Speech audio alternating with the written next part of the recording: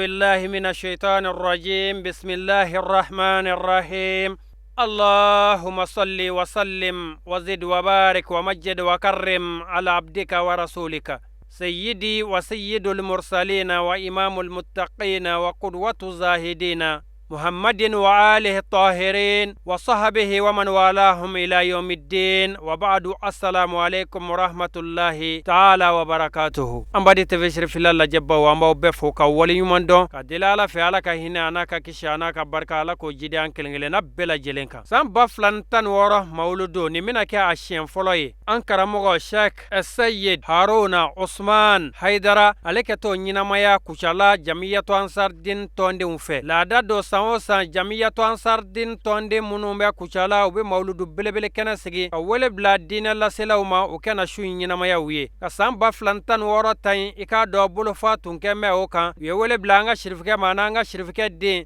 sayyid sharif harun usman haidara alekata o shu nyina maya wiye falhamdulillah ubora kabri ro janfe ninga kumbenu ke anye misro o kumbenu na anga nyama dawfe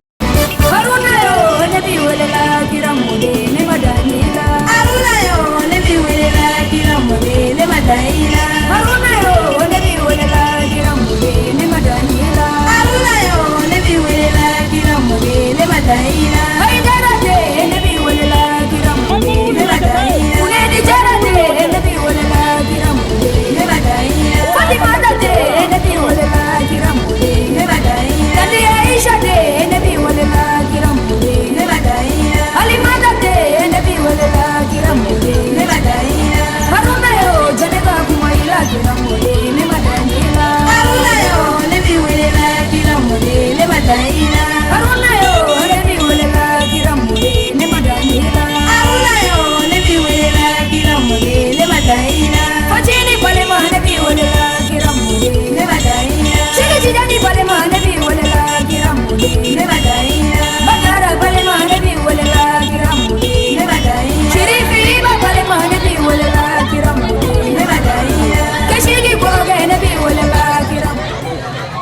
Alhamdulillah ambade bismillah li bara nunun bela jelen banen ko fe ka do shufe unana wajulu kena belebele sigi wajulu kena mi na damine nani an karamo kala seluye El Hasan Sangare ale munun soroka fo anganya madawfe اللهم صل الصلاة الكاملة وسلم السلام التام على سيدنا ونبينا محمد وعلى آل بيته الطيبين الطاهرين الذين وصحابته الغر الميامين ومن سلك مسلكهم إلى يوم الدين أمبدو أنزل هرلا يا ربي على كونلي هرلا يا ربي على كان سترة على كنان لبلا على كيا فام بلا جلما على كامبلا سراج مانغا جيم مالو لله حرام مالو يا ربي على كناو كشاما مولودو يرب بنيا كوسون أمبي فام فيني يا ربي على كونو يا أمبلا جلي على كرب بنيا كوسون صلي على رسول الله wala ambade aslamew ambe san kalo tan kelena san kalo tan fulana o kle tan kelena san kalo tan fulana o kle tan kele sa 2016 ambe dugumina ode ku chalay alhamdulillah rabbil alamin anni sokadi ku chalaya bi ka sababu ke ali kuchala jinew ya do ko kodo bi sena kuchala ya bi alhamdulillah ambe sigi minabbi mawludu sigido no ya alakrabba sallallahu alayhi wa ala ali baytihi wa sallam akabangini amo sanyele mano ala barka dakeneka ulam badiw amba nyine ala fe ala mi nyina tan yira anna ya rabbi alaka sancaman tajira ana alaka sancaman tajira ana alako kanya ala kira bunya koson salli ala rasulillah alhamdulillah minna kenet datige yananga sabu nyuma nanice yananga seydu nanice yananga kutubu inani ce no ye ibnu sayyid sharif usman madan haidara harun haidara ankara mugo ananga sayyidu o denge no ye arne ne ala sonama abi kofe kana bamako bi mati ma nyininga abalon dan terembaka ko mumbiya ka sababu ke sayyidi sharif usman madan haidara no ye tura soko turoy dangoroba ka dangoroba wara mine wara sayyidi sharif usman madan haidara ala ka jugufa bamuru insha Allah ku bishina ale be bamako terembaka a fale do ni watina iba fo da kono nyi a kono na ko fela be o ko fe anga sayyidi no e sheikh ahmad tijan haidara ni watina ale fana bi kay o teremba fale do a kona nye a fana bina insha Allah ku bishina abino nyena may no ye ankara mo dingay sayyid sharif ahmad tijan haidara o ko fe ambal makita kaw fi badra ali haidara imam ali toma o fana be bishina halaka bakolo melekew ubado ko ko do bi senay alhamdulillah an garbu fana dara ankara mo nanga nyema ananga sayyidi kakana no e haruna haidara kana kuchala kaw fe abalon dandere aywa mati ma nyini nga mimi kuchala ya bi wala alhamdulillah ambi ala defo ka ala wala nyimando ala mi zona ka anzigi ni kene bayinga bishina ka nyini ala fa ya rabbima kene sigira herela ala ka wuli herela ala ka here ka mbela jele ala ka anzutura ala kira bonya koso sallallahu ala rasulillah wala mbadi o kofe yananga dokuma kono sayyid sharif usman madan haidara aka jien kono anaka bonya kono ambi folilla se anga famauma minum be kuchalaya ka ta sanfe fo duguma amu be fo sayyid sharif usman madan haidara tokola o ko fe tuguna anga alimamu ananga dina nyamago ani ka tase dugu karamago bema ambu bela jele fo sayyid sharif usman madan haidara tokola bishuina ka nyine ala fe ala ka here kanu be ala kanu be sutura o ko fe fana dugu tigiw ani ko nyamago be amba bela jele fo bonya tigi ka hukumu kono ani karama tigi ka hukumu kono no de sayyid sharif usman madan haidara nimbe ale ka bonya de nimbe ale ka karama de nimbe ale ka wasa de nimbe ale ka ngorota de wala ambi jamay mbela jele fo an karamo tokola sabu muna amba fo an karamo tokola aw ndaka dogo aw fulla wala nambi fulike amba keni karamo tokoy wala amba nyina alafe wallahi sayyid sharif usman madan haidara shunikle malib beba kono shunikle kuchala sayyid sharif usman madan haidara amanyina ko klekile wala amba nyina alafe atiya na farikoloy nga wallahi aduskumbiya amba nyina alafe nimbe ale ka jamade ama dugo minge makoshina ala ko barka shuru anaw bela jeleka anga seydi ere noy harunay o fana bina dugo min kanye bishina no ye tandi bafune dengay tandi jara de kodu tandi fatima de kodu tandi aisha de kodu tandi halima de kodu funange noro tigi bonya tigu ka bonya tigi abina dugo mingan shina ya rabbi ala ka dugo bela jele jabi ala ko kanya ala kira bonya ko son salli ala rasulillah aruna se ya shina laydu tigi ya de bake nyonda bora kala nyoro la sisa beba do sege be kala oro la ni bola kala oro la min kadi al ni segenente iki sigi ki balaje iki sigi ki falaje jango sharif usman madan haidara nyona e mami vai feme alliya e kle kono shenwa keme abike ina fi ma delikai na yo betui leidu dafa kama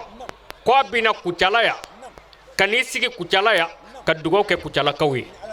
ola ambanga seydi fu ka nyina ala fe insha Allah ku beka nganya siri basiki kono kam mangaunda ni ala sonama abi ko fe kana abina dugo kanye shina asigili kene ka hal na ma dugo ke anga ye doro obambo dara jango abina dugo ke okuma ma nyina ala fe ala kan na nyumay salli ala rasulillah aslame o ko fe kun ami tanga nyina Allah subhanahu wa ta'ala fe kabo iblisa toroma ala ka do anache amba do atia wati songa gerere ninja makulu sanu maina ati songa gere anga ala ka do anache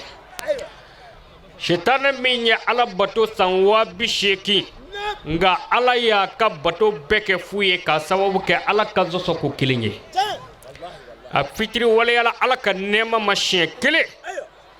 ala ya kuna goya sabo ala ye bonye ke doye no ya anfa adama ye ala yo bonye ki kando meleke ma ko aye sujudu be adama ye shetana ko ale kaboma ala ko ne dunye doki de ako na tabe ye min kene ne manganga sujudu be adama ye sabu yi ne daka bo tasmana ni ndara ka bo bogodina o kuma ala ne ka fsani ni ndi sujudu be ay aslama o yere bonye ko kele o de kera sababu ye ka mako sa kasro ay sanwa bisheki ndeke ka ala bato o kuma ala ka do anachi o ko fe amba zizini fama o ko fama tokoy ala minya damene no ala kele ba laban wahidul qahhar malikul mulk ambi sizini ala to barkamay hine masay fanga tige ala ko bebi segi ale ala di mo aslame ala fole ko fe ami soli ke daven gundigi ka azigi kunye chembi ngoy koni ala kira de kodu hina kirai makar kira muhammadul amin mustafa al amin ami soli ke kira ka sababu nyuma nga sababu nyuma aslama ni mo ko filay jujo may labango bi kamana ko ala ye kirachi kake anga hinadi wama arsalnaka illa rahmatan lil alamin aslama wi mana shika foy mana kle ka fo bebi dandila wama arsalnaka illa rahmatan lil alamin mamadu miki foy kama foda vebe ka hineso aslama halika dan ma fa manganga mauludu ke kadani ma akakanga mauludu ke wala misali ko kira bainka kira min kira ka keddan vebe ka hine ni kira min ko kunde nyanguma kunde du kulo nyera sura place la idilla kame kullu tuka jamana alaye meleke ubla no kay alaye meleke ubla kallu tuka jamana ta ka tige meleke jibrila ka jibrila yamaro akadugu kulo intige ka yelenay tafsir tigu ba fiye ko jibrila yelani dugu kulo nye no ilu tuka jamanay ko fu klobe meleke subhanallahi fokala o kele munge ala ko ikale nay sisa o kele munge jibrila ikale nay ka dafiru dala ku noni ala ko nsorla ka janeme sanji kise blaka jiguko o kera mungama sabu ko cheni chebi senyoma ko cheni che ko lu bi senyoma cheni muso yala aka haketu aslame ala minye jibrila blako ke o jibrila kele be akera ni fanga minye o fanga kele be me anvle bi kle mina o min kera lutu klela bi aya laje lutu ya bebi aka keto no cheni chebi gerenyona o damate musoni muso yara bi gerenyona sisa uti daw dama mo bi klaka filmer ka klaka publier neti sans fait ko jema ka fle olu ko ti da kele made ko lu yara ba publier jien be ka laje mais lutu ka jamana kono olu dana kelima ngolu ma publier de ngawna tabe ala yolu halaki mais ala kira mando o ma jugu dog olu yake ka kila ka publier mais ona tabe ala keme ka dugukolo to anona dugukolo matike nanye ka dafiri nanye o kera jeni sababu la muhammadul amin mustafa mushtaba muntaka murtada ani chekelen tanu kadisa imani yere ke cugo ni mateme ala kirafe ita ala soro wala kama ala ba fo hadithul qudsi la ako fabi izzati wa jalali law atawni min kulli tariqin wastaftahu min kulli babin ma fathtu lakum hatta ya'tuni ila tariqi hatta ya'tuni bi tariqika hadithul qudsi la alakum muhammadun bin gali ne ala yere kam masayala umana na ne ala mani sirawo sirai umana dawo da kongo ku bina ne alama nda shida yela uye fu kana ala kira de ma ika soro ka blaw nya kana ala soro aslamew ni pana sababu kuna imago bisada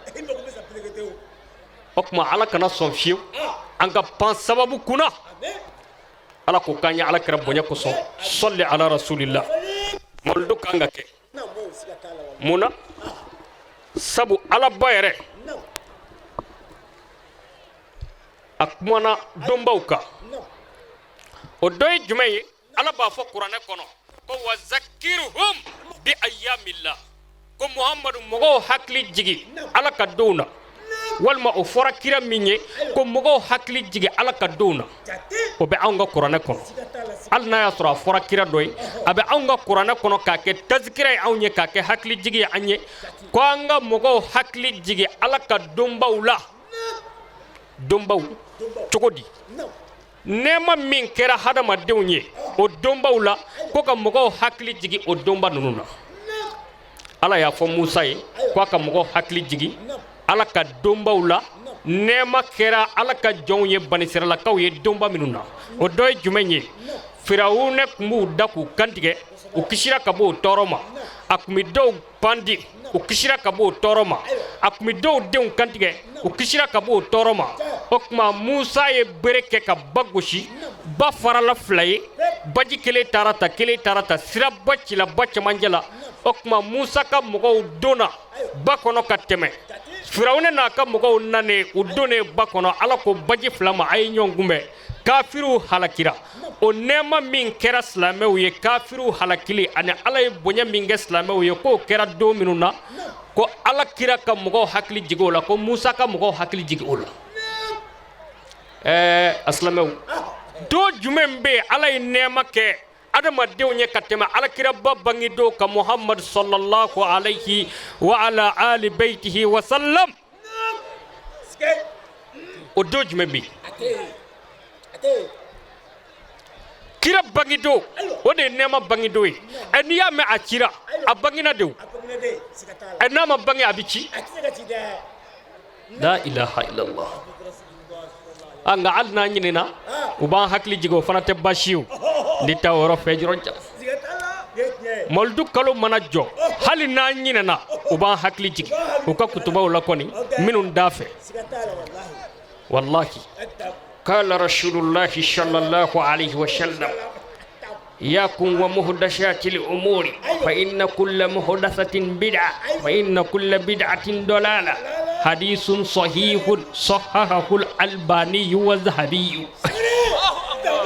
هذا أكرك بقول no kerasa wisroka foku bi moldu lagushi sayyidina lika kumata iza arada allah nashra fadilatin duwiyati ataha laha lisana hasudin ko ni bonya ko do datura ni alaba feka dakeneka ko bi hasidi ne de labe ko bay lagosi no kera mogo ba ko yere nyine ka do mundo okma no kera ni haklima o yayi fenyu mando dro ku bituku ala aslame ko ka mogo hakli jigi ala ka dombawla tuma jumembe min temene do alakira bangini ka Muhammad sallallahu alayhi wa ala ali baitihi wa sallam ni kira kunde nyangma kundi du ko soroy kira sababu labbi do muso kerate kira sababu labbi do ka du kerate kira sababu labbi wallahi do ka nafolo kanga minala o tola o bolo o nema bami no kera anye ambe ala fola ka ala barkadani oyi o ko fe ku adallu flana jumay ala ko qur'an kono ala mi na se korta ledu kul بفضل الله وبرحمته فبذلك فليفرحوا ko Muhammadu afuye nina alaka fsamandiye aninga hine ku kan nisoja ukaya faraha ni mogo nisojara ni ya farahala ibise ka donke dominte haramuye ni nisojara ibise ka tobili ke ki kadimaya dumini ni hadama de nisojara abise ka fanda unila hine ni hadama de nisojara abka nisoja ibise ka ke sababu ye ka herese ma chama ma okma alako ko ni alaka fisamandiye ku kan nisoja ani alaka hine anga tafsir tigi bado be nu ba fo makira ka sababai Abdullah ibn Abbas kira yere cheminu yira ko Qur'an koro ka mina ulula ko Qur'an tafsiri ka mina ulula o che bado Abdullah ibn Abbas ye ale ko alaka fisamandiya mi fora ni aya ina kwanga nuso janoye ko e doni aflana nu hine mi no fora ko ya ala kira bay sallallahu alayhi wa ala ali baitihi wa sallam okma kwanga nusojane ala kire Muhammadul Amin qaidul ghurril muhajjalin ani nayo nusoja kena kawa wallahi eske letne ku chala kaw ko babaw fe abida ni ala kira wuli ka jobbi kani jama yira la kon na kun shite nunu na fona kira Muhammadu kanuye wallahi aslamu kira bi min fo kenaka halni ennete e kangudo onga kana siga amika min fo ya kwa global andi kuma dalu ndam voya de ay nanya fo amba dalu daka muna ala kira ko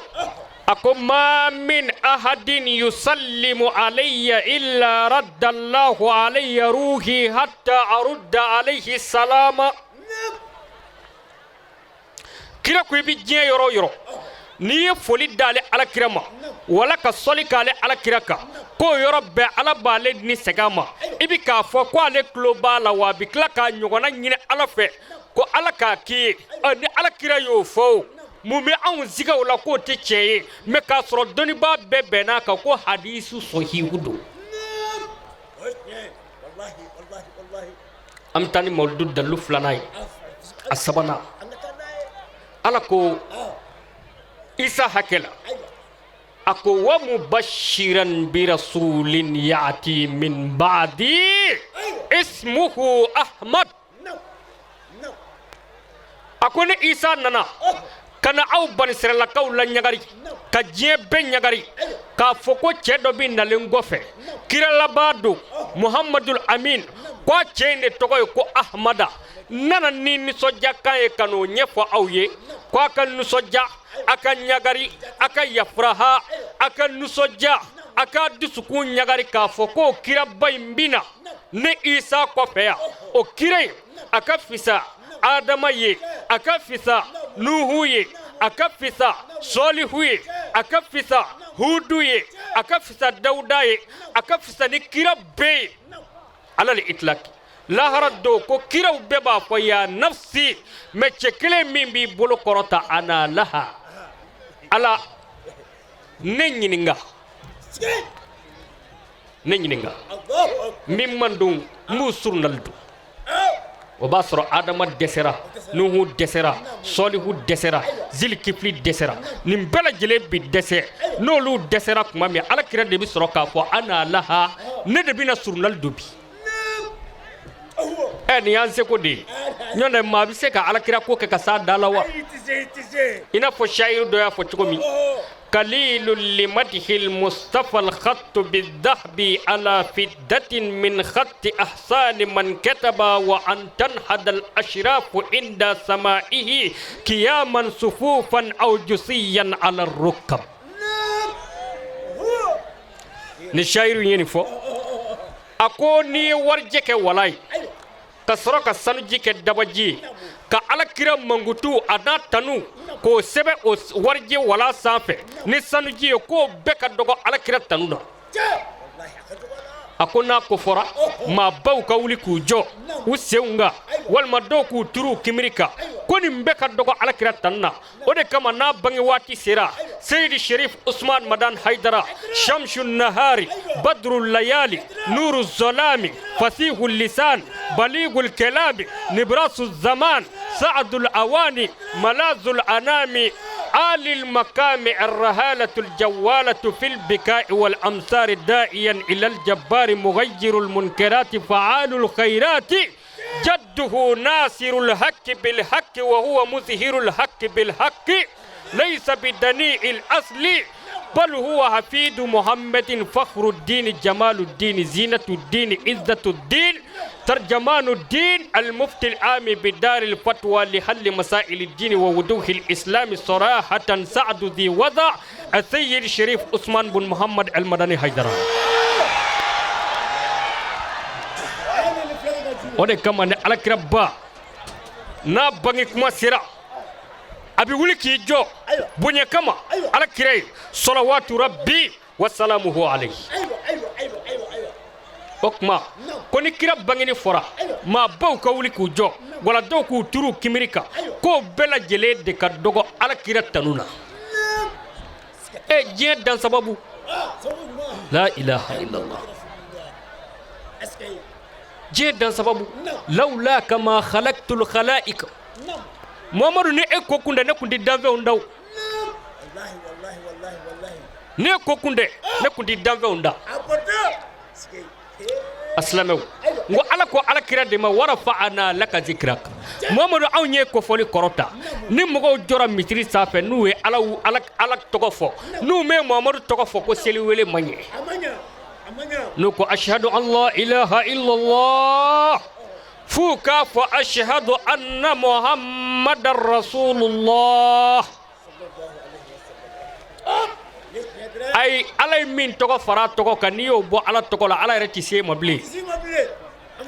ode kama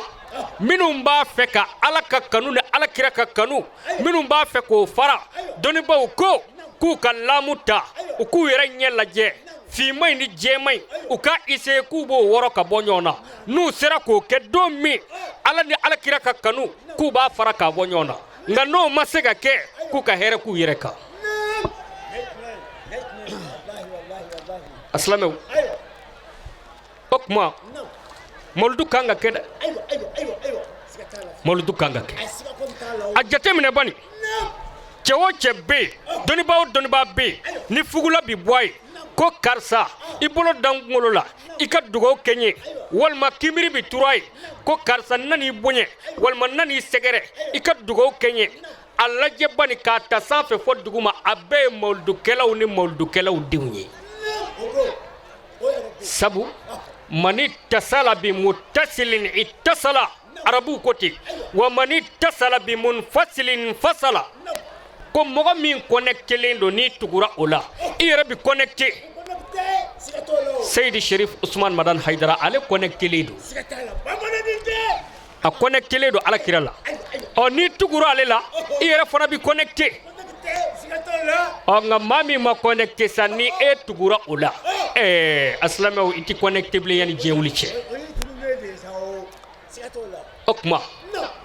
mawludu abonye ateka foka sadana ala ko tugodi qur'ana kono ala mi nasi korota lendo ako wama arsalnaka illa rahmatan lil alamin muhammadu mi ci foy kama foddan ve beka hine ka dani aya ndoroma wallahi aslama moldu kanga ke ibo botte ala ko laqad manna Allahu 'alal mu'minin iz ba'atha fihim rasulan min anfusihim yatlu 'alayhim ayatihi wa yuzakkihim wa yu'allimuhumul kitaba wal hikma وإن كانوا من قبل لفي الضلال المبين ala ko tiendo akone ala ni hereke mu'minu yi natara mu'minu ka mammi ne ala fon sirela ka cedo cika bo uyerela no yanga kira banye muhammad sallallahu alaihi wasallam na ko ngade alay abiseka meleke do ci ama namba na dron obisinga ambe mina dron kasinga nonu ya bani nga ala ko la mina ce min ci awma mbabo aw yere de la abi aw don afana ba don abi hinawla abi makari awla aslama o nema baddo ko o nema baddo de ala ko kuma nenna tarab mu'minu ka nye hereke mu'minu yi mami nye kira do cika bo u yere kuna o kirai abi qur'ane kala uye abi alaka kitu kala uye wa abu saniya fana abu ladoniya hikima la noye alaka dina kitu yi hal na ya soroku kumbe filibandia batinga kono o cheyna ne ko o de nanu takabu kono aslamo adamadiya kumbe filibandia kono ko ni ku ye demso soro kafiriya klila jahiliya klila uba demso mine ka nyenama ka dinga se ka soro ka nyenama nyoni ka fili dinga kono ka soro ka bogo kaka joni nana kana muso kishi ka bo made alakira muhammadu salawatu rabbi wa salamuhu alayhi aye muso kishi ka bo ma chogodi qur'ane kono alakiya fo alakira ko wa afu ye kabne sande ku ka fo ku tu dewa ama sey folo ya rabba ya ko kono kira kaba ko iso no kuma fora doro do jabi singa tiketi halu ta do bi minga bli ha baya ko je ci ho jinya ko yajo aka jo ala de jinya ko yajo aja ka dedu ala kala bango ni ami kala kanaw okuma ala klala ka fo aya wala akol lakad ja'akum rasulun min anfusikum azizun alayhi ma anintum harisun alaykum bil mu'minina raufur rahim ala ko ne ala nye kira do ci kira do nana awma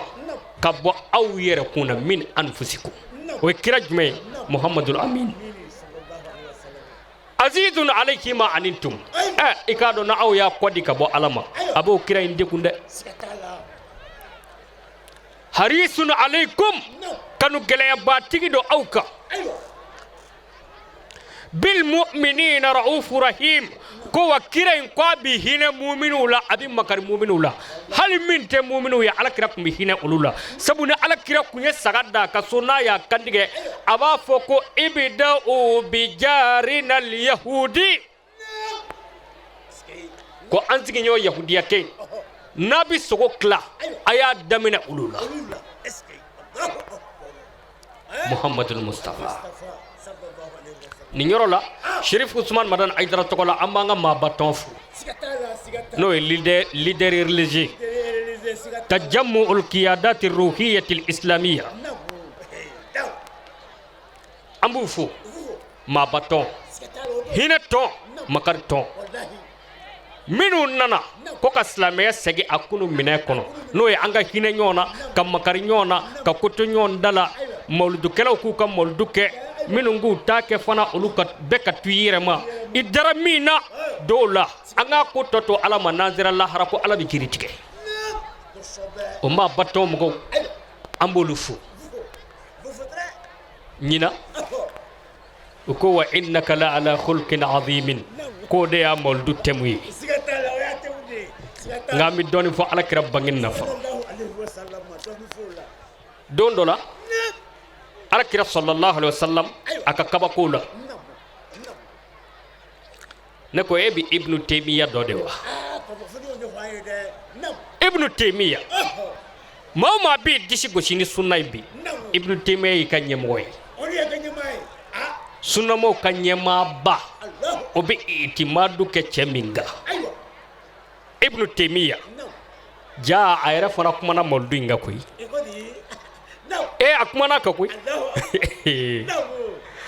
ako fata'zimul maulidi wattikhadhihi mawsiman qad yaf'aluhu ba'du an-nas ويكون له فيه أجر عظيم لحسن قصده وتعظيمه لرسول الله صلى الله عليه وسلم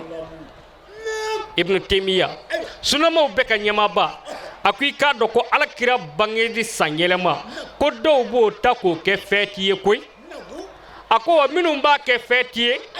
ko ubi baraji sorala sabu nu ya dabo alakira bonyani kama ko ubi baraji sorala ni alakira bonya ka horoma nyini ko e baraji joni nga kuma do ibnu taymiya sunamo beka nyama ba abuka kitabu mina iktida'u sirati mustaqim ibnu taymiya afana kuma na molduko أسلم مولي ميكوي ولد الهدى فالكائنات الديا كندا تيجي بانغينا نورو تيجي بانغينا شريفو موكي بانغينا على كرام محمد صلى الله عليه وسلم علي برانغ بانغينا فاطمة فا حسن موكي حسين موكي إمام علي زين العابدين أموكي محمد الباكر موكي جعفر صادق موكي موسى الكاظم موكي علي يريدا موكي دعورا بابانغينا ترى دون دولا بشينا كاتي بيني سوجا دويو ها يانينا سي وإنك لعلى خلق عظيم مدوني فعلى كرام فو أمبايشا دون دو أسيغلا أكا سوكونا بيكا كونغولو فوني وكونغولو فوني سيفة كندقي باندقي ديكلالا لكا بيدقوما وكالي أيا نيني شو دي بلا ماي ودو هالي تولو مين بي بلا فتنة داغالا كا مني وكند على كراكاسو وكالي kira banana ka bo safola kira donné noro tigi donné bonya tigi donné Seydi Sherif Ousmane Madan Haidara moke donné sokonona fambe kera limeri o kele munge muso banyere kera jeli muso yi ka poronjo acela ako chogodi إلهي يا إلهي يا إلهي إلهي توبة قبل المنون وأجمل منك لم تركات عين وأكمل منك لم تلد نساء خلقت مبارأ من كل عيب كأنك قد خلقت كما تشاء التكبير التكبير alhamdulillah mbade woni bela jelene ko fe an karamogo era nana kena soro sayyid Sharif Harun Usman Haidara ma bamunu nolu e kena soro olu nana dantigelu ke ku ka foli anu ka barka dawta ko lu lase anganya madaw fe ya rabbi Allah kan wuli herala sidi Allah ka ke here Allah kana bona barajila sayyid Sharif Harun Usman Haidara et la délégation qui l'accompagne. Je souhaite à tous la bienvenue à Koutiala au nom du président de la section en déplacement à Bamako. En cet instant solennel, l'honneur me revient de m'adresser à la population de Koutiala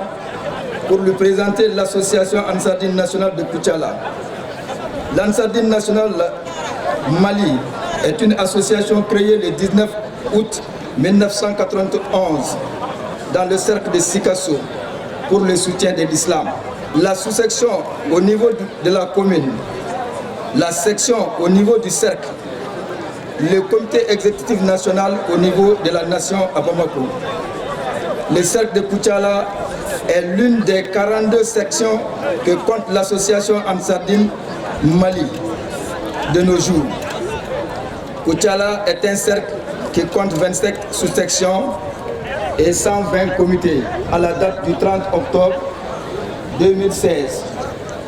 Elles sont Pekena, Sangela, Sirakele, Zena, Fonfona, Zanzoni, Kani, Sugumba, Sinzina, Molonyenaso, Singolon, Zangaso, Molobala, Chala, Konsekela, Konina, Debila, Sorobaso, Dogonaso, Ula, Karagona Male, Leleni, Baramba, Pesoba, Bongoso, Ntosoni et Ngunjina, tous représentés. La cérémonie qui nous réunit ce soir dimanche, le 11 décembre 2016, est et demeure la célébration de la nativité du prophète Mohammed, paix et bénédiction d'Allah sur lui, appelé Maouloud. Le prophète Mohammed est le 313e prophète envoyé par Dieu sur la terre. Il est le prophète de l'islam, religion de paix, de pardon, d'amour et de solidarité. Je ne saurais terminer cette intervention sans rendre un hommage mérité à son éminence Sayyid Cherif Ousmane Madan Aïdra, guide spirituel des Ansar, Aïdra le rassembleur, Aïdra l'unificateur, Aïdra le bâtisseur, Aïdra le patriote, Aïdra l'ambassadeur de paix pour les œuvres de bienfaisance dans la construction nationale de son cher pays, le Mali. Qu'Allah bénisse le Mali. Amen. Gloire à Allah, le Tout-Puissant, qui nous a permis ce jour. Nous le implorons pour plus de guidance. Je vous remercie pour votre attention, aimable attention.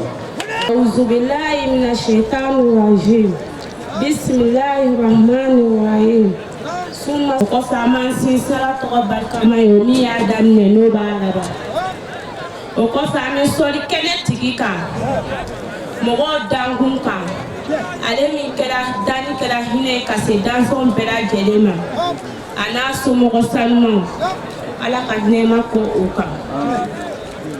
anw b'a fɔ su in na ala ni ce an kucala musow b'a fɔ su in na ala ni ce an bɛ segin k'a fɔ tuguni ala ni ce anw y'a dɔn ko nin bɛ kɛ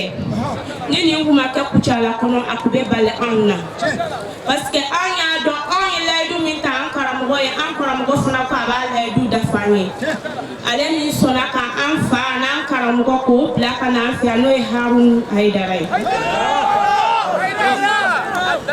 o la an bɛ miniti kelen yafa ɲini kɛ sirifukɛ fɛ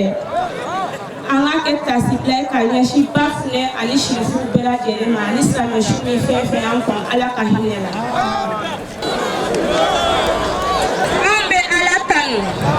anw bɛ ala waleɲuman dɔn anw bɛ ala barikada bi su in na n'o ye Seyidu Cherif Haruna Hayidara barikatigi den Hayidara anw ma kira Haruna Rashidu ye nka anw ye ala ka Mamudu Haruna Rashidu ye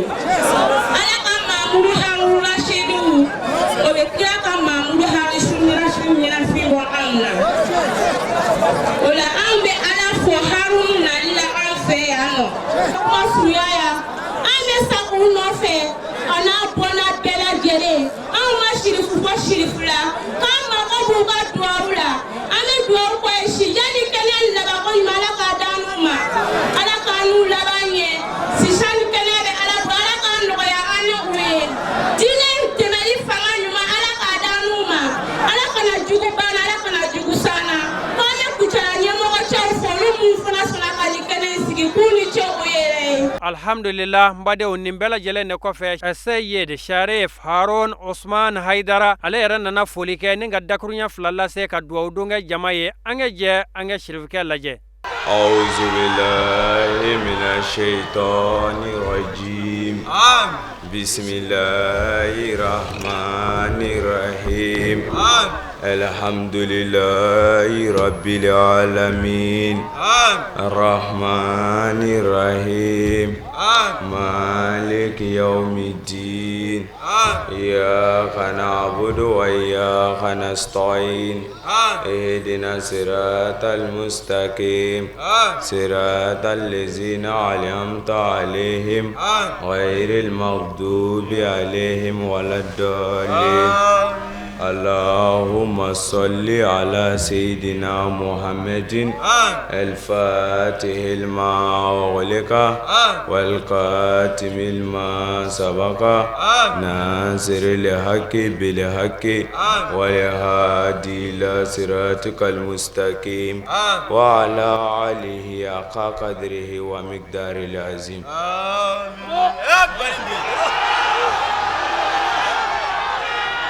والحمد لله الذي لا يعلم كيف هو ولا أين هو ولا عيس هو ولا متى هو ولا حتى هو إلا هو.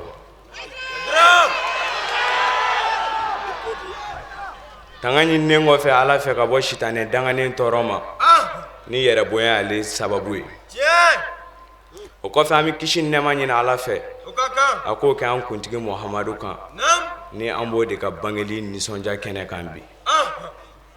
o ko fa man sizina Allah subhanahu wa ta'ala to barka mai ale mo ko damne ba ana Allah bamba o ko fa ami ala fo ka ala barka da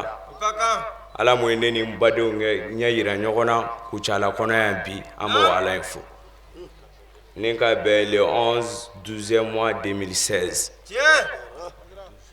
o ko fa man karam go fo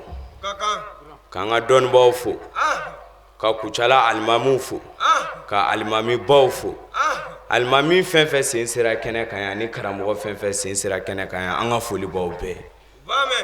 ani muluma kene soro ka ke darulay anga foli bo be o ko fami mawludu kala bela jelen fo mo mo bi ka mawludu nyena ma ku chala kono ya bi amo bela jelen fo o ko fami groupe ma fo no de leader kanyu ka boyan ya jaraye o ko fanti nyina fama ko kadam ne depuis président de la république là kana se ku chala gouverneur ma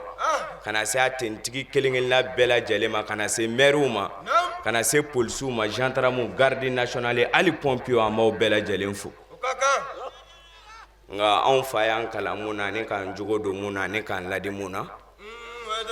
ako naw yan boloja ala fama ya ngana boloja fama were dugu koloka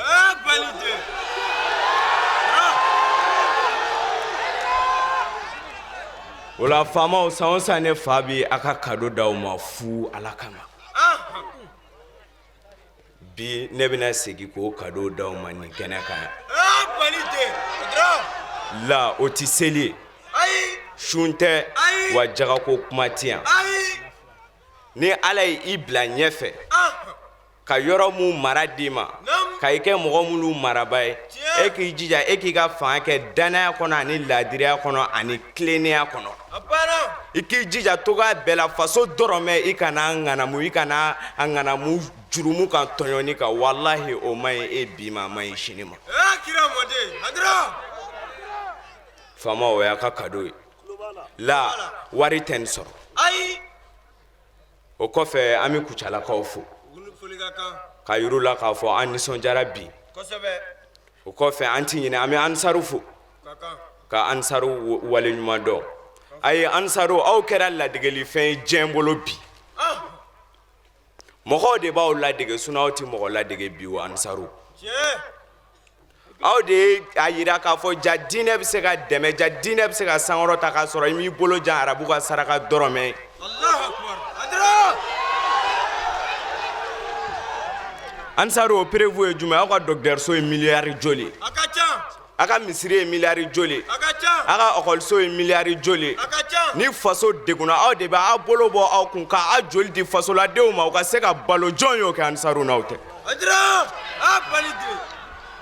wala ansaru na ma foni kenen kan am ke fitri wale parce que mo do bana kira nyena mana ka bankira kola nga aw ya yira kira la ami bona o fe bi ka yira haidara la ami fe anti se ya ki fe fanyi deun kanu aya nyini fe ide no dama o kana mawludu nyena ma ka soro karam ko tawla ya yan fale no karam ko dama de lo doni mane sigi ansa kanu ne sigi wala ma do kanu laban ya aljina kono na parce que ala kira ka di sa do be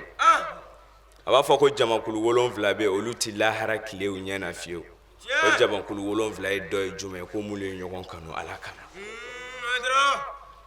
o kɔfɛ an b'an karamɔgɔ fɔ ale ye wajulu bɛɛ kɛ ka ban ale tilala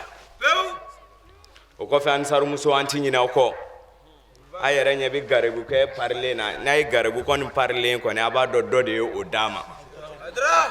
nka ansarumuso an b'a fɔ nin ye kɔrɔlen ayi alakira cilen muso de ye a ka nafolo bɔ a kun an ba Khadija ka alakira dɛmɛ n'aw ye anw dɛmɛ o ti bala na an k'o to yen muso de fɔlɔ joli bɔnna ala ka diinɛ na muso o to yen Haidara nane Bamakɔ muso de y'a dɛmɛ Haidara an b'a ɲini fɛ i ka to yan n'an seko kɛra dɔrɔmɛ an bɛ jɛ k'o dun dafɛnw ye e ni ne bɛ dɔ sɔrɔ o hinɛ na bi o hinɛ ti foyi ye ala ye hinɛ mun di kira ma kana di anw ma n'o de y'a ka kuranɛ n'o de y'a jogo ye kana di anw ma bi kira nana ni o hinɛ kana e ni ne jogo don bi k'o kɛ kuranɛ jogo ye kira ma mankutu ko arabu don a ma mankutu k'a cɛ ka ɲi a ma mankutu k'a ka jan ala ye mun de fɔ kira ma a ko innaka la ala khulqil azim a ko Muhammad i k'a dɔn e jogo ka bon e bi jogo baw sanfɛ e dɔnna ni jogo ba de ala hɔrɔnden bɛɛ kan ka mankutu ni ne karamɔgɔ ɲuman bɛɛ kan ka mankutu ni ye wa silamɛ selila bɛɛ kan ka mankutu ni ne nka ala tɔgɔ mun b'anw da kira ko kuma mun b'anw da diinɛ mun b'anw da kira mankutura ni jogo ye n'o y'a sɔrɔ o jogo b'anw na est-ce que an ka jamana bi kɛ tan wa anw bi degun mun kɔnɔ bi anw bi société mun kɔnɔ bi n'o y'a sɔrɔ anw mankutura n'o jogo ye est-ce que o kun bɛ se an ma ala tabiina ba dɔ ka kuma bɛ yen min n'o f'i ye ka kuma in sonsoro yanni nɔ an bɛna don mɔduw kɔnɔ an bɛna don walanda kɔnɔ nka n bɛna nin ka kumakan dakuruɲɛ 3 f'i ye an bɛ sɔrɔ ka don walanda kɔnɔ na mun minɛ ni ye kitabulayi n'o ye mawaizu anbiya ye wa asahabi wa tabi'ina radiyallahu anhum ajma'ina i k'o kitabu kɔnɔna la i bɛna tabi'ina ba dɔ sɔrɔ yen k'ala yahya bun abi khasir rahimahullah salasun la takhunu fi baytin illa nuzi'at minhu albaraka a ko i k'a dɔn jogoba 3 bɛ yen i k'a dɔn kɛwale 3 bɛ yen n'o dafara dugu o dugu kɔnɔ o dafara du o du kɔnɔ o dafara jamana o jamana kan o dafara diɲɛ fan o fan kan i k'a dɔn fɔ ala k'a ka baraka ni a ka hinɛ ta ka bɔ jamana in kan e b'o jogo 3 dɔn o lamɛn i b'o fɔlɔ dɔn ɛ sarafo a ye ɛ zulumu o ye tɔɲɔni de ye Ture tɔɲɔni man ɲi an bɛ degun kɔnɔ bi tɔɲɔni ka degun don ayi bien vrai kɔgɔji jamana t'anw fɛ yan nka anw kun bɛ balo ni lafiya ye ani jigisigi ye nka mun y'o wuli o ye tɔɲɔni de nɔ ye muso joli joli tɔɲɔnen don u cɛw bolo bi so kɔnɔ baarakɛla joli joli tɔɲɔnen don bi o ɲɛmɔgɔw bolo ala faamaw kɛlen don ka mɔgɔ joli joli tɔɲɔ bi k'u bila kaso la juge kɛlen don ka mɔgɔ joli joli ka dugukolo minɛ la k'a di mɔgɔ wɛrɛ ma ni tɔɲɔni ma ban est-ce que an faso bɛ se ka taa ɲɛ yan wala ka tɔɲɔni to yɔrɔ yɔrɔ ne ɲɛ t'o yɔrɔ avancer togo la tɔɲɔni ye dibi de ye wa a bɛ taa laban lahara dibi de la n'o ye jahanɛmɛ kɔnɔna ye ala ka ne ni aw kisi o a filanan a ko zina la ilaha illallah ko jɛnɛya ala ka faso ni bulonda to anw fɛ Mali kɔnɔ yan ka gulɔmina to anw fɛ Mali kɔnɔ yan bamanan ale tun bɛ maloya jɛnɛya la ala nin bɛ ne miiri jigin Hindu ka bayakɛyɔrɔ la ala kira ye baya cité a kun Fatuhu Makan don u nana se jɛnɛya ma a ko Hindu a fɔ i ti jɛnɛya kɛ Hindu ko ya Muhammed ne kafirilama anw hɔrɔmuso kafirilama ma sɔn jɛnɛya ma kuma tɛ n silamɛlama nka bi misiriw cayalen anw faso kɔnɔ yan bi karamɔgɔw ka wajuliw cayalen dɔnnibɔw kumalen Muhamadu tɔgɔw cayalen anw faso la bi jɛnɛya kɛra popularité ye i k'a fɔ asafurulayi siɲɛ 100 ko bi jɛnɛya jurumu yafa o kuma na olu ɲinɛna ala ka kuma kɔ ala ko wala takrabu zina innahu kana fahishatan wa sa'a sabila ala ye mun fɔ nin yɔrɔ la a ko adamaden i mabɔ jɛnɛya la kana gɛrɛ a la ala n'a sira n'a a m'a fɔ i k'a kɛ dɛ i mabɔ a la yɛrɛ kana gɛrɛ a la wala depuis o yɔrɔ la i b'a dɔn o ye fɛn dɔ de ye o ma nɔgɔn nka anw karamɔgɔ ko asafurulayi siɲɛ 100 k'o b'a bɛɛ yafa ko parce que ko ala ye yafa masa ye ala e b'o fɔ ka ni kuranɛ aya in to min a b'a dɔn jɛnɛya kɛra popularité ye bi anw faso la ala kira k'a disa dɔ bɛ ne miiri jugu la a ko ni mɔgɔ min ye jɛnɛya kɛ i tugulen i b'a dɔn k'a fɔ a man ɲi i k'a dɔn ni e y'a siɲɛ 1 kɛ i ka san 70 alabato mun minɛnen don ala fɛ o y'o bannen e ne balimamuso ne balimakɛ e y'a siɲɛ joli kɛ e si bɛ san joli la e ni ala bɛn'a kan e bɛna san joli balo e bɛna sa ka taa don jɔn ka alijinɛ na n ti tɛmɛ nin yɔrɔ in na fo n ka kuma ɲɔgɔn jeunes fɛ fo n ka kuma denmisɛnninw fɛ u k'a dɔn denmisɛnninya tɛ gulɔmi ye denmisɛnninya tɛ baaralataga ye wa kurusi yororo tɛ wa ba nɛni tɛ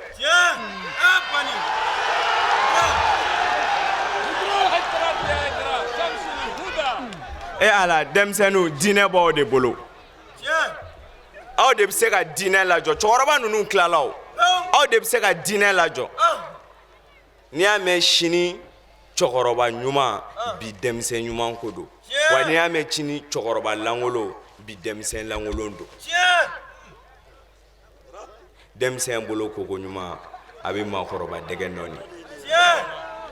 ala e bɛ ka 2000 bɔ k'o di i jɛnɛ kɛ muso ma duguba kɔnɔ yan nɔ ko e ba to burusi kɔnɔ a bɛ ka 40 ɲini ka taa sukaro kɛ mɔni na e b'i sen don baara jumɛn na ko ala bɛ barika don o la ala kana sɔn dangadenya ma sa dangaden fu de n'i ye zoro d'a ma i ye valeur d'a ma fu falaki kɔnɔ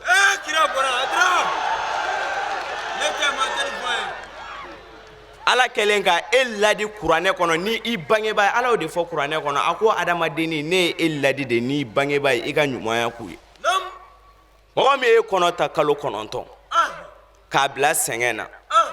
e ma se ka taa o sara ni foyi ye fo n'a kɛra dangadenya ye ala e bɛ taa mun fɔ ala ye lahara o la jeunes ka nin to an ka dugu la ka jɛnɛya kɛlen to popularité ni mɔgɔ min yɛrɛ banna ma gɛrɛ na o b'a ko cɛ nin ye fugari de ye sa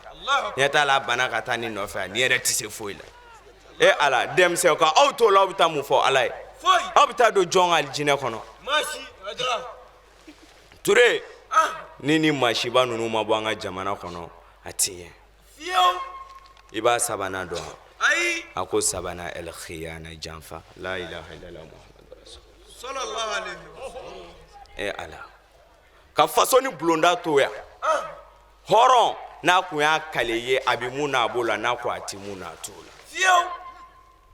nka bi anw selilaw de bɛ ka ɲɔgɔn janfa jɔyɔrɔ ko nɔfɛ bi badenmaw sinjimaw olu de bɛ ka ɲɔgɔn janfa bi wari nɔfɛ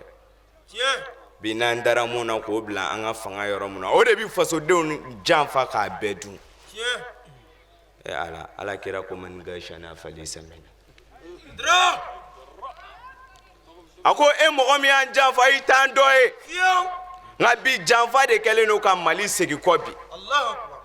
ala i bɛ se ka taa société jumɛn kɔnɔ bi ko janfa tɛ yen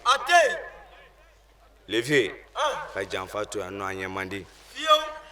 o la an bɛ ala deli ala ka nin jogo ninnu kisi aw ni ne ma halisa an ma ɲinɛ an bɛ ala kira ba ka bangeni kɔnɔ an karamɔgɔ bɛna don mawudu kɔnɔ inshallah an bɛna taa n'a ye a ko i k'a dɔn tuma min na ni ala kira ba bamuso ni tin cunna kan o tin cuyɔrɔ in na ye kabako caman ye wallahi ala ye mɛlɛkɛw bila ka na dugukolo kan u ka na nɔɔrɔya in jɔ muso sanuma in ɲɛkɔrɔ parce que ala ka kabako bɛna bange ala kira de ye kiraw kuntigi ye ani nabiɲumanw ɲɛmaa kɔni ale kira de sababu la e bi yan ale kira de sababu la diɲɛ dara ale kira de sababu la lahara dara ووضعته صلى الله عليه وسلم نورا يتلألأ كالبدر ليلة التمام a ko i k'a dɔn a y'an ka kira sanuman da fiɲɛ na a bɛ ka nɔɔrɔya i n'a fɔ kalo tile 12 su n'an bɛ o dɔ de la bi.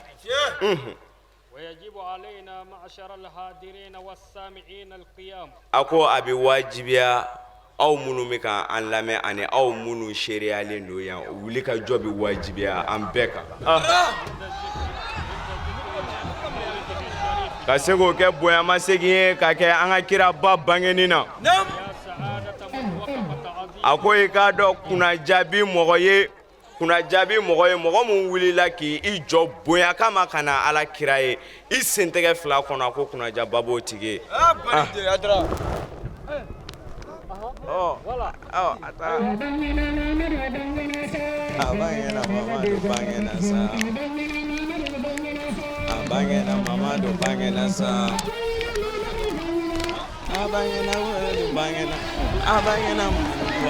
alhamdulillah an badenw ni tun y'an ye kucala san 2016 mawuludu hukumu kɔnɔna na Sayyid Sharif Harun Usman Haidara ale tara o min ɲɛnamaya an b'a deli ala de fɛ nin y'a siɲɛ fɔlɔ ye ala kana nin kɛ a siɲɛ laban ye san o san ka nin kɛnɛ in yira an na sherifikɛ a ka taa kɛnɛ in ɲɛnamaya an ye basigi kɔnɔ wasa kɔnɔ kɔrɔta kɔnɔ dɔni kɔnɔ yarabi ala kɛ o kɛ an ye ni mawuludukɛlaw hɔrɔma ye ni mawulududenw hɔrɔma ye ala k'an bɛɛ lajɛlen wasa a k'an bɛ diɲɛ waati wɛrɛ wa shukran lakum fi amanillah.